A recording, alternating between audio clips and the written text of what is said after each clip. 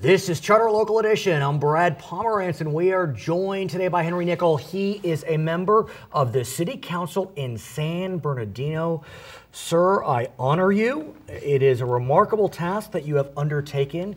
You entered the City Council while the city was in bankruptcy. It still is in bankruptcy.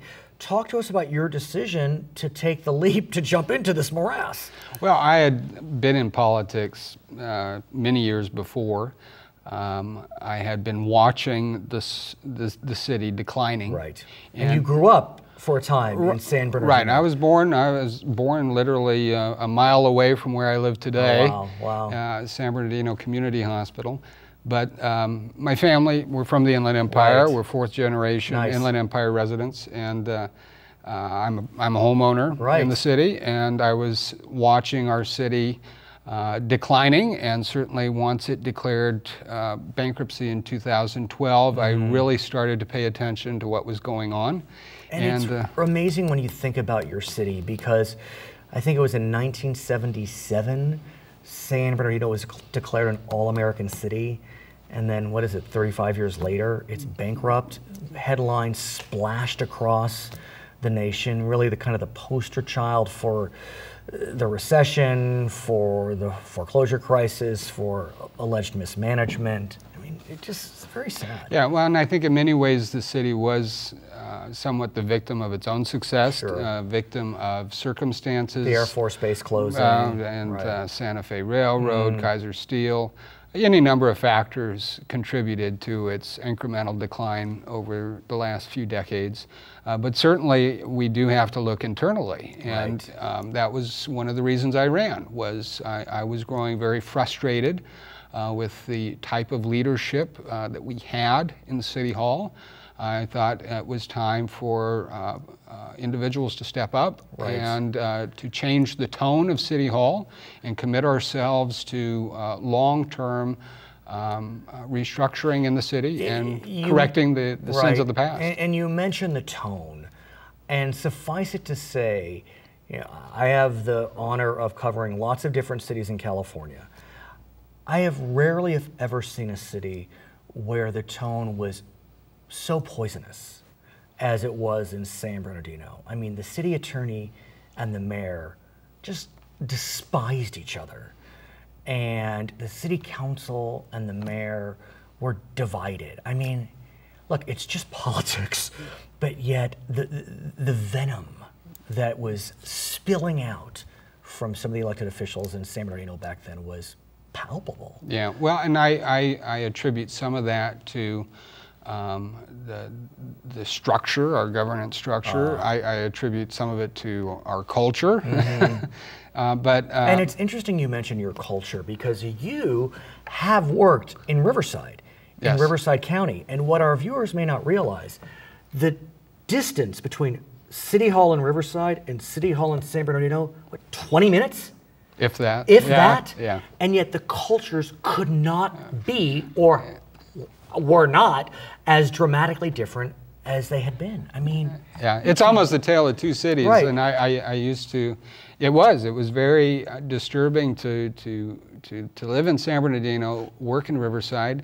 I got to know Mayor Loveridge. I got to know Mayor of Riverside. A number of members of the City Council in Riverside, and certainly, Riverside has its challenges as well. Think about this, if I may. I don't mean to interrupt. Sure, but go ahead. Think about this. We're in the midst of a recession. 5 years ago, 4 years ago, Riverside's engaged in this Renaissance project. It's building its downtown, and in San Bernardino, it's declaring bankruptcy.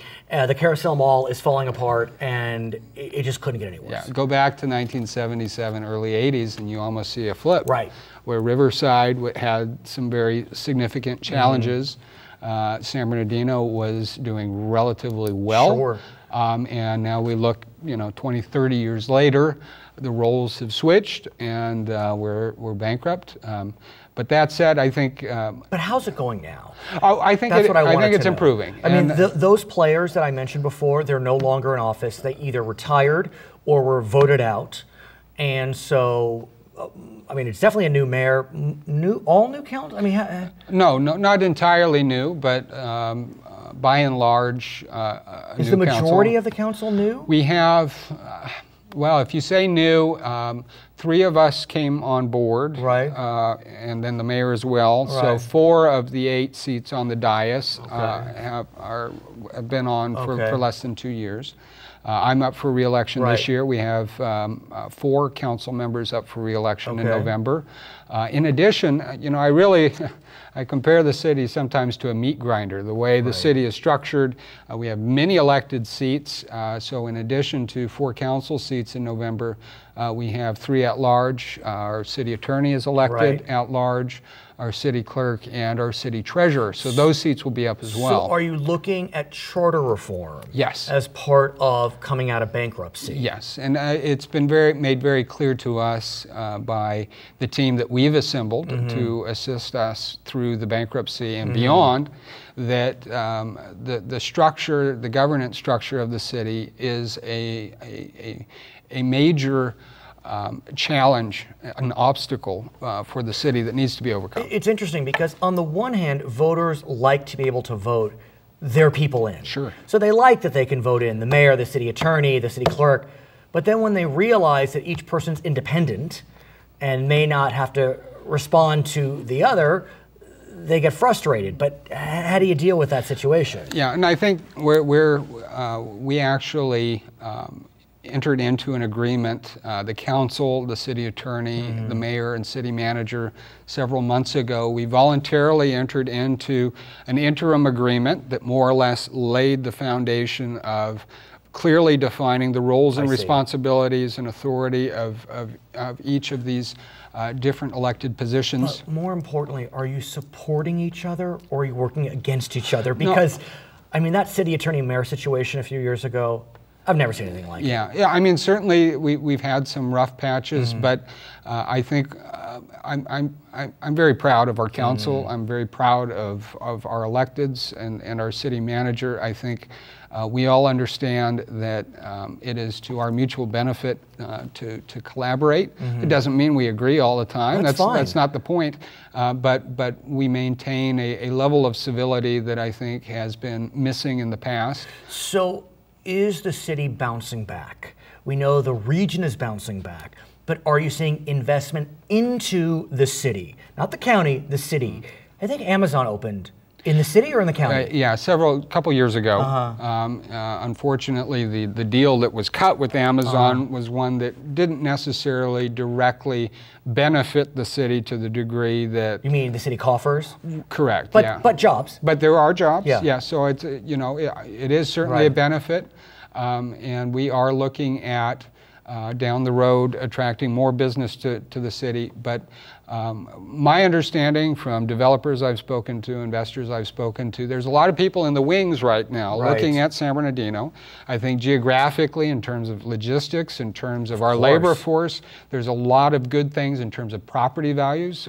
We have some of the lowest median property values in the Inland Empire, which is, you can look at both sides of that equation, but it does mean that it's a very appealing place to invest, so long as we exhibit behaviors that show that our city is stable. When do you expect to come out of bankruptcy? Do we know? We are anticipating by the end of this calendar year. We submitted our plan to the bankruptcy court. We were mandated by the end of May to submit that plan, and we did. Well, best of luck. Come back. Sure. He is Henry Nickel. He is a member of the City Council in San Bernardino. My name is Brad Pomerance in Riverside today. We thank you for joining us on Charter Local Edition.